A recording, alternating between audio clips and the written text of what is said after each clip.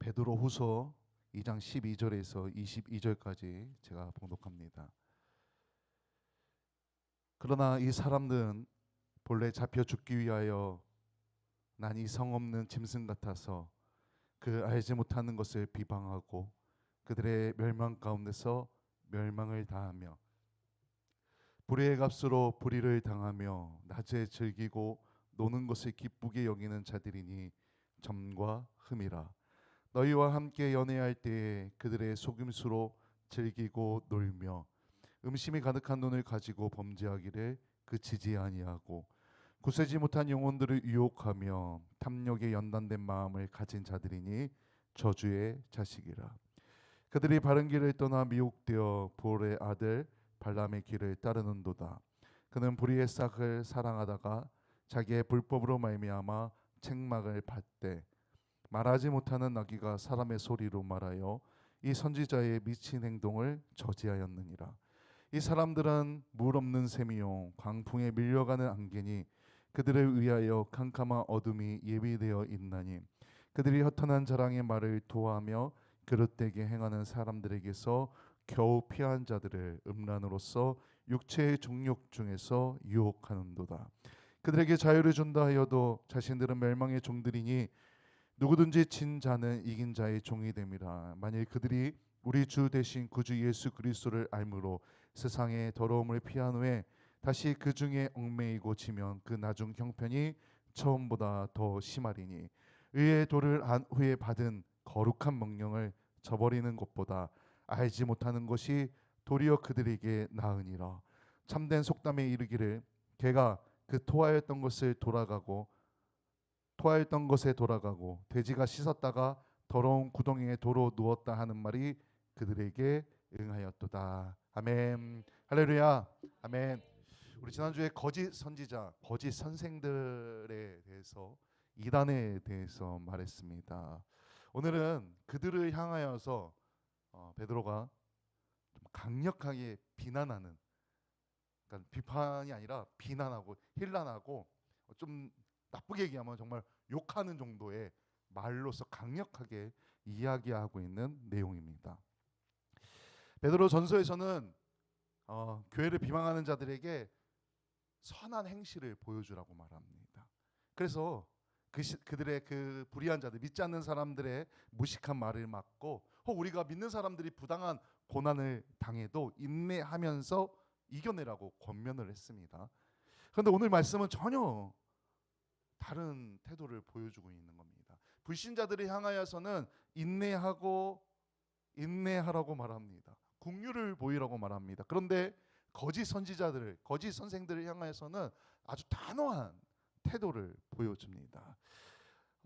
베드로는 오늘 본문 읽은 그 12절에 보니까 거짓 선지자들, 그러니까 이단들을 향해서 뭐라고 표현하고 있냐면은 이성 없는 짐승이라고 표현합니다. 이성 없는 짐승, 동물로 표현하고 있다는 겁니다. 교묘한 말로, 거짓말로, 아주 교묘한 말로 사람들을 속여서 미혹하는데 그거를 짐승의 소리라고 표현하고 있는 겁니다. 이단들이, 거짓 선생들이 막 우리를 속이지 않습니까? 믿는 사람들을 막 속입니다. 그 소리가 짐승의 소리라는 겁니다. 왜 그리고 그들을 짐승보다, 이성 없는 짐승이라고 말하면서 짐승보다 못한 자들이라고 표현하고 있냐면 13절과 14절에 보면 그들의 형태, 그들이 갖고 있는 모습을 적나라하게 아주 표현하고 있습니다. 13절, 14절에 좀 다시 한번 같이 보겠습니다. 불의의 값으로 불의를 당하며 낮에 즐기고 노는 것을 기쁘게 여기는 자들이니. 그러니까 다릅니다. 완전히 다릅니다. 점과 흠이라. 너희와 함께 연애할 때 그들의 속임수로 즐기고 놀며. 우리와 함께 하지만 속이고 있다는 겁니다. 또 우리를 이용해서 놀고 즐기는 겁니다. 음심이 가득한 눈을 가지고 범죄하고 그 범죄를 그치지 않고 굳세지 못한 영혼들, 그러니까 믿음이 연약한 사람들을 유혹한다는 겁니다. 탐욕에 연단된 마음을 가진 자들이니. 우리가 믿음의 연단, 인내를 연단하라 이런 말 하는데 이들은 뭘 연단한다고 합니까? 탐욕을 연단한다는 겁니다. 그 탐욕이 연단된 그 마음을 가지고 있다는 겁니다. 그러면서 뭐라고 말합니까? 저주의 자식이라. 진짜 쌍욕하고 있는 겁니다. 진짜 좀 심하게 말하면 정말로 그들을 향하여서 막 화가 단단히 나서 잘못됐다고 욕하고 있는 겁니다. 거짓 가르침으로 사람들을 미혹하는 자들의 공통점이 있습니다. 뭐냐면은 땀 흘려 일하기 싫어한다는 겁니다.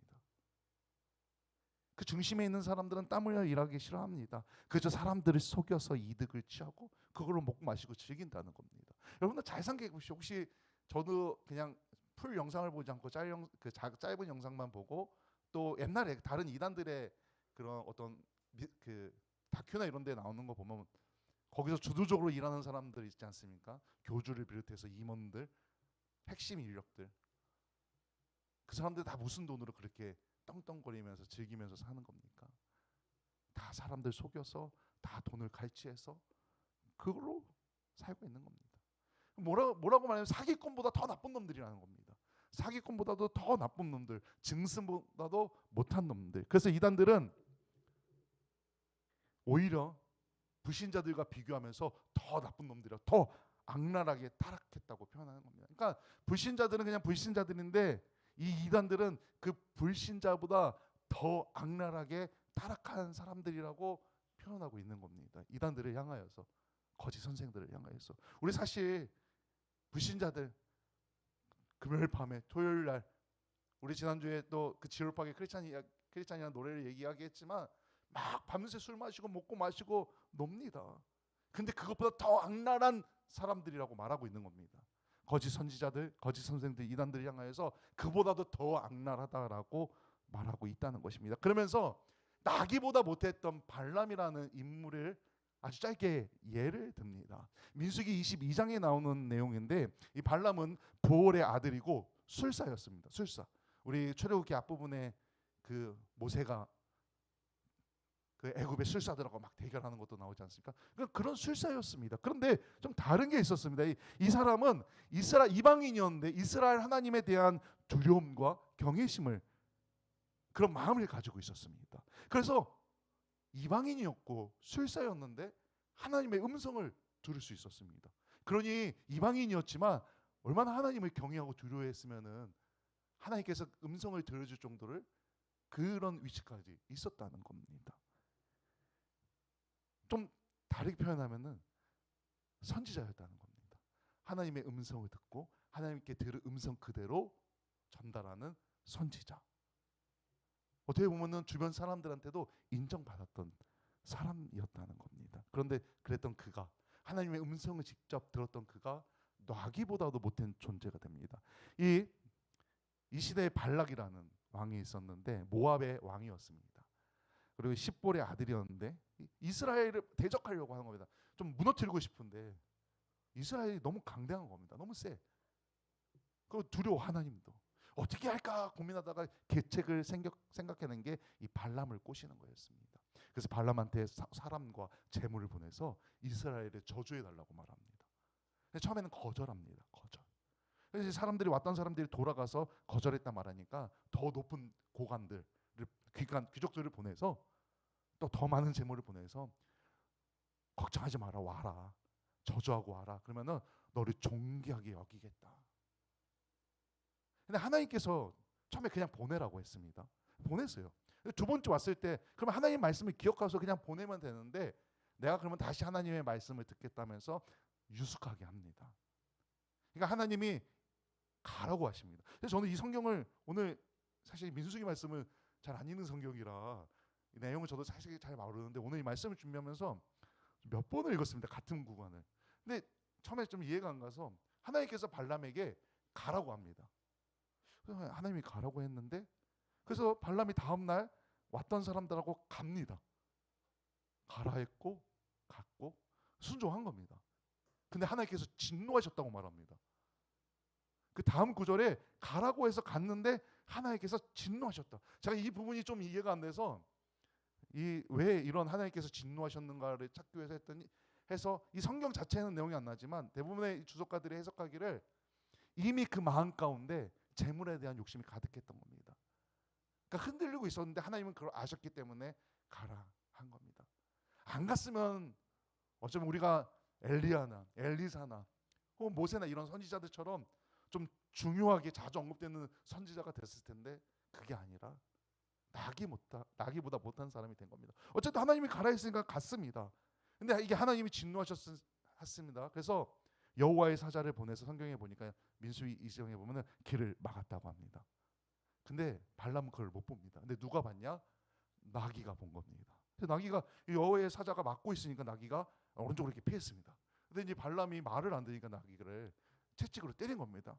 다시 제자리로 왔는데 또 여호와의 사자가 막고 있으니까 또 이쪽으로 피한 겁니다. 그러니까 이 나귀를 또 때린 겁니다. 그래서 나귀가 또 이제 가려고 하니까 또 여호와의 사자가 막고 있어서 또 옆으로 피한 3번이나 피하고 때리고 피하고 때리고. 그때 성경에 보니까 하나님께서 나귀의 입을 열었다고 합니다. 이 나귀가 사람 말을 한 겁니다. 사람 말을. 그러니까 발람에게 좀 막말로 하면은 너 오늘 왜 자꾸 나 때리냐고 나귀가 항의를 한 겁니다. 왜 나를 때립니까? 뭐라고 발람이 이제 화가 난 겁니다. 나는 일로 가려고 했는데 네가 절로 갔다 일로 갔다 안 가지 않느냐. 내 손에 칼이 있었으면 너를 죽였다라고 나귀하고 대화를 합니다. 야, 여기서 만약 발람이 유혹에 넘어가지 않았으면 나귀가 말을 했을 때부터 이상하게 여겼을 텐데 그냥 자기가 분노에 휩싸여서 나귀랑 대화를 하고 있는 겁니다. 그러니까 이제 하나님 이런 상황에서 내가 누구냐? 당신이 옛날부터 나를 오랫동안 나와 함께 나귀가 그렇게 설명하고 있는 겁니다. 나는 당신과 오랫동안 함께 했는데 왜 내 뜻을 몰라주냐? 왜 나를 때리냐? 나귀가 그렇게 반문합니다. 그러니까 이제 그때 여호와의 사자가 나와서 뭐라고 말하냐면은 나귀가 너의 길을 막지 않았으면은 너가 죽었을 거다. 그래서 발람은 나귀보다 못한 그런 선지자가 된 겁니다. 영이 죽어버린 하나님의 음성을 듣던 선지자였는데 이제는 나귀보다도 못한 사람이 됐다는 겁니다. 그래서 지금 베드로가 그 이단들을 향하여서 이 발람처럼 표현을 하고 있다는 겁니다. 그래서 이 나귀가 어떻게 했다고 오늘 성경이 뭐라고 말합니까? 2장 16절에 보니까 이 발람에 대해서 나귀가 어떻게 했냐 하면은 선지자의 미친 행동을 저지하였느니라. 되게 제가 느끼기에는 성경에서 이 단어가 아주 과격하다고 느껴집니다. 정말로 선지자의 미친 행동을 저지하였느. 나귀가 저지했다는 겁니다. 죽을 뻔했는데 나귀 때문에 산 겁니다. 사실 거짓 선지자나 거짓 선생들은 뭔가 그럴싸하게 아주 교묘하게 가르칩니다. 근데 다 속이는 말입니다. 아주 어리석은 행악자들입니다. 모든 이단들은 복음을 왜곡합니다. 겉으로는 믿음이 있는 척합니다. 그런데 불의하고 게으르고 음란하고 탐욕이 가득한 짐승보다 못한 자들이라는 겁니다. 그래서 우리는 성도로서 늘 말씀 안에 거해야 합니다. 말씀을 읽고 묵상하고 지혜를 쌓아야 합니다. 그래야 흔들리지 않습니다. 거짓 교사를 분별하고 신앙을 지키는 그것을 위해 늘 기도해야 한다는 겁니다. 그리고 우리가 말씀을 그래서 계속 읽고 묵상하고 공부해야 하는 겁니다. 그래야 흔들리지 않는다는 겁니다. 신앙을 지킬 수 있다는 것입니다. 근데 이제 그런 말을 하고 나서 얼마나 안타까운 말을 좀 베드로가 또 전하고 있냐면은 이 미혹한 사람들, 짐승보다 못한 놈들, 이 사람들도 정말 나쁜 사람인데 그 사람들이 미혹했을 때 미혹을 당한 사람들은 너무나 불쌍하다고 말하고 있습니다. 너무 불쌍하다. 그리고 비참합니다. 이게 안 믿는 사람들은 오히려 덜한데 믿었던 사람들, 교회를 다니던 사람들. 근데 교회를 다니다 보면은 때로는 뜨거울 때도 있고 내가 믿음이 좋다 생각할 때도 있는데 우리가 좀 교회를 다니다 보면은 좀 흔들리고 뭔가 집중도 잘 안 되고 예배 왔는데 오늘처럼 선교사님 말씀이 길면은 오늘은 왜 이렇게 길까라는 생각도 좀 들기도 하고 막 흔들릴 때가 있습니다. 그런데 그때 이 거짓 선지자들이 거짓 선생들이 와서 속삭입니다. 그럼 그게 사막의 샘물 같은 겁니다. 막 우리 교회는 막 성경 공부도 잘 안 하는 것 같고 목사님이 성경 얘기도 잘 안 하는 것 같은데 갑자기 이단이 와서 성경 얘기를 하면은 그럴싸합니다. 사막의 샘과 같다는 겁니다. 뜨거운 여름의 그림자 같은 그런 역할을 하는 겁니다. 시원하게 해줍니다. 그러니까 막 혹한다는 겁니다. 막 가려운 데를 긁어주는 것 같습니다. 그런데 하늘에 구름이 있을 때 그림자가 생겼다. 금방 구름이 지나가면은 다시 태양볕 칩니다. 근데 그걸 잘 모른다는 겁니다. 선지자들은, 그 거짓 선지자들은, 이단들은 그 성경을 겨우 피한 자들이라고 표현합니다. 신앙이 약해서 막 이리 피하고 저리 피하고 겨우 피했는데 그 사람들이 유혹해서 넘어뜨린다는 겁니다. 다시 말하면은 이 이단들은 오히려 약한 사람들을 더 건든다는 겁니다. 더 유혹하고 속이고. 왜? 분별하는데 미숙해서 그렇습니다. 약하니까 넘어가게 만드는 겁니다. 그래서 베드로가 말합니다. 예수님을 믿다가 그 믿음이 흔들려서 이단에 빠지면 차라리 불신자로 남아있는 것보다 더 못한 상황이라고 말하고 있습니다. 더 불쌍하고 더 비참하다는 겁니다. 제 말이 아니라 오늘 여기 성경에서 그렇게 말하고 있습니다. 더 비참하다고. 믿다가 돌아선 사람들은 더 비참하고 불쌍하다고 말하고 있다는 겁니다. 그러면서 그들을 향해 뭐라고 말합니까? 짐승에 비유하면서 속담을 이야기하고 있습니다. 22절 말씀을 제가 한 번 더 읽습니다. 참된 속담에 이르기를 개가 그 토하였던 것에 돌아가고 돼지가 씻었다가 더러운 구덩이에 도로 누웠다 하는 말이 그들에게 응하였도다. 믿다가 돌아선 사람들, 그 미혹에 당해서 돌아간 사람들, 개 같다고, 돼지 같다고 표현하고 있는 겁니다. 이단은 우리 사람의 아픈 부분을 막 자극하고 건드려서 공감하게 만들고, 혹은 또 정상적인 것처럼 표현하다가 조금씩 아주 교묘하게 속입니다. 그래서 우리는 그냥 알고 있으니까 저 왜 넘어가지? 저 왜 속지? 라고 생각하지만 그냥 한번 미혹 당하면은 막 혼수 상태나 마찬가지입니다. 그냥 다 수긍하게 되고 다 갖다 바치게 되고 더 비참한 상황이 된다는 겁니다. 그래서 우리가 아까 오전에도 영적 전쟁에 대해서 이야기했지만 늘 깨어 기도해야 합니다. 말씀 안에 거해야 합니다. 우리가 그 진리의 말씀 안에 거해야 하지만 그 미혹을 이겨낼 수 있는 겁니다. 승리할 수 있다는 것입니다. 거짓 가르침에 속지 않기 위해서 늘 말씀을 읽고 묵상하십시오. 그리고 들으십시오. 그리고 주변에 혹시라도 믿음이 연약한 사람이, 흔들리는 사람이 있다면 우리가 도와야 됩니다. 붙잡아 줘야 됩니다. 교회 안에서도 혹시 그런 일이 있다면 적극적으로 협력해서 연합해서 도와야 합니다. 넘어가지 않도록, 미혹당하지 않도록 함께 기도하고 함께 격려하고 돌봐야 한다는 것입니다. 그게 성도의 역할입니다. 베드로가 말씀을 통해서 반복해서 똑같은 얘기를 어쩌면은 계속하고 있는, 문장만 좀 다르지 비슷한 얘기를 계속하고 있는 겁니다. 선지자, 그 거짓 선지자에 대해서 강력하게 저주하고 경계합니다. 이 시대에도 그게 많았고 지금 시대에도 많습니다. 조심해야 합니다.